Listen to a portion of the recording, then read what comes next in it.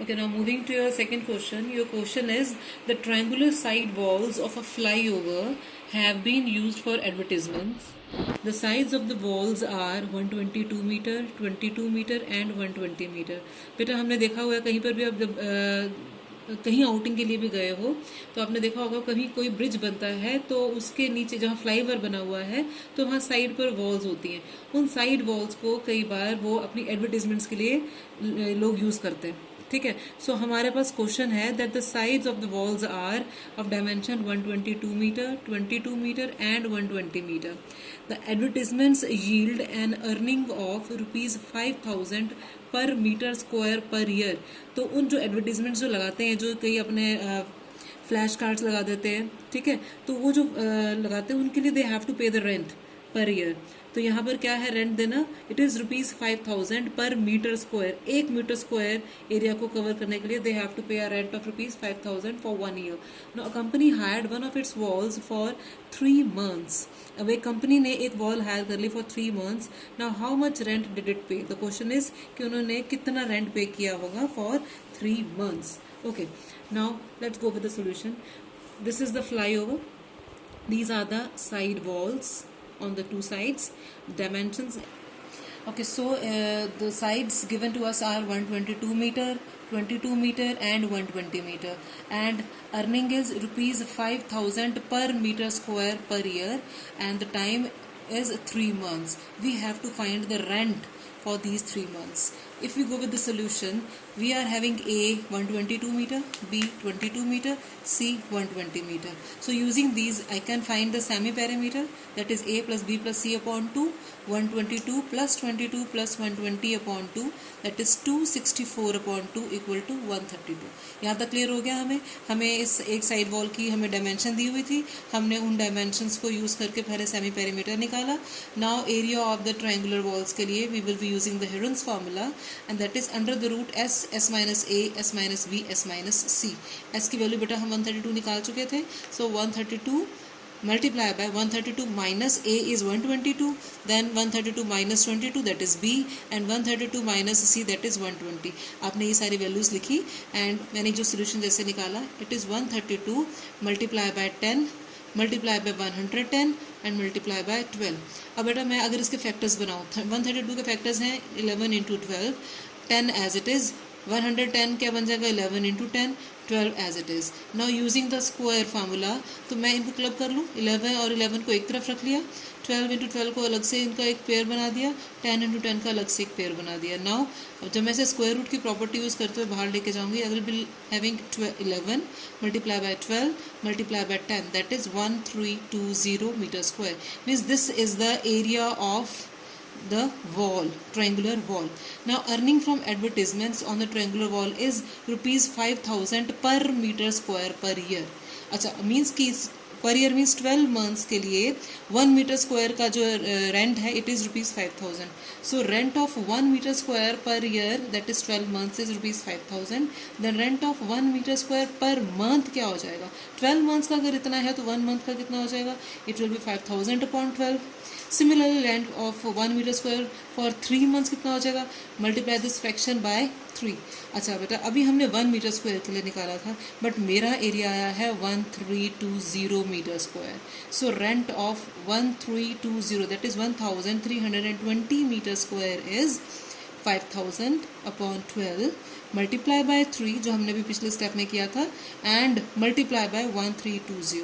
बेटा आप चाहें तो यहाँ पर भी कैलकुलेशंस कर सकते हो. मैंने कैलकुलेशन सारी एंड के लिए रखी, ठीक है. अब मैं कैलकुलेशंस करूँगी एंड आई एम हैविंग ₹1650000. आप इसे कितना बोलेंगे? कितनी अमाउंट बन गई है? Yes, tell it yourself. I'm moving to your third question now. With the third question, it is quite similar to the question that I have done in the first question. So that is, you will do it yourself. Moving to your question number 4. Your fourth question is, find the area of a triangle two sides of which are 18 centimeter and 10 centimeter and the perimeter is 42 centimeter. Okay, मुझे area निकालना है एक triangle का जिसकी दो sides दी हुई हैं, मुझे थर्ड साइड नहीं दी, हाँ, मगर मुझे उसकी जगह पर पेरीमीटर ज़रूर दे दिया. ओके जी, so I am having A as 18 centimetre, B as 10 centimetre और थर्ड साइड को हमने मान लिया x सेंटीमीटर और पेरीमीटर कितना दिया है 42 centimetre. Okay, so perimeter is 42 means sum of all sides is 42, that means a plus b plus c is 42. a की जगह पर अगर मैं a की वैल्यू पुट कर दूँ 18 सेंटीमीटर, b की जगह पर मैं b की वैल्यू पुट करती हूँ और in place of c I am writing here x. So 18 plus 10 plus x is equals to 42, that gives me x as 42 minus, बेटा 18 प्लस 10 कितना हो गया 28. So 42 minus 28 that is equals to 14. So my third side is 14 centimeter. Now I am having all the three sides. Let's move to your semi perimeter. I am given perimeter as 42. तो semi perimeter कितना आ जाएगा 42/2 that is 21. Now I am having S, I am having A, B and C. तो अब हमारे पास वो सारी चीज़ें हैं जो हेरोन्स फार्मूला के लिए हमें चाहिए थी. सो अब मैं अप्लाई कर रही हूँ area of triangle using Heron's formula, that is S into S minus A, S minus B, S minus C. बेटा हर क्वेश्चन में आपने इस अंडर द रूट लिखकर area of triangle using Heron's formula, this step you have to write. अपनी ये habit बना लीजिए कि whatever formula that you are going to write, एक तो हमने उसका डाटा ज़रूर लिखना है, A, B, C और S ये ज़रूर लिखना है और फार्मूला ज़रूर लिखिए, बिकॉज अगर आप ये लिखते हो तो डेफिनेटली आपको इसके मार्क्स मिलते हैं, कैलकुलेशन के मार्क्स कटेंगे. अगर आप ये फार्मूलाज नहीं लिखते हो तो पूरा क्वेश्चन गलत हो जाता है. So do mention the formula. Okay, मैंने S माइनस A यहाँ साइड पर निकाल लिया. 21 minus 18 is 3, S minus B 21 minus 10 11, S minus C that is 21 minus 14 is 7. अब मैं डायरेक्टली वैल्यू पुट करूँ अगर तो 21 इंटू 3 इंटू 11 इंटू 7, ठीक है, अंडर द रूट. अब मैं इसके फैक्टर्स बना रही हूँ. 21 के 3 into 7, 3 as it is, 11 it's again a prime number so as it is, और 7 again a prime number as it is. अब मैं जब यहाँ पर इसका पेयर बाहर निकाला, ठीक है, अंडर रूट से बाहर निकाला, ये 3 बाहर आ गया, ऐसे ही 7 भी बाहर आ गया. 11 का कोई पेयर नहीं बना था, इसको मैंने as it is under root में रहने दिया. So I got the answer as 21 under root 11 centimetre square. This is the area of the triangle. Okay, so बेटा जहाँ तक कभी हमने क्वेश्चंस किए हैं, आई होप कहीं पर भी आपको प्रॉब्लम नहीं आ रही होगी. But even if you feel that any concept is not clear और you get stuck at any point, just feel free to ask me your doubts. ठीक है बेटा, हम अगर पेन ले रहे हैं तो आई जस्ट वांट कि आपके रिजल्ट्स भी बढ़िया आने चाहिए. उसके लिए आपको भी मेहनत करनी होगी. अगर टीचर्स मेहनत कर रहे हैं, हमारी मेहनत तब तक कुछ भी रिजल्ट नहीं लाएगी जब तक आप अच्छी फीडबैक नहीं देंगे. So do ask your doubts, ठीक है, they are always welcome. Okay, moving to your next question. Question number 5 is sides of a triangle are in the ratio 12:17:25 and its perimeter is 540 centimeter and its area.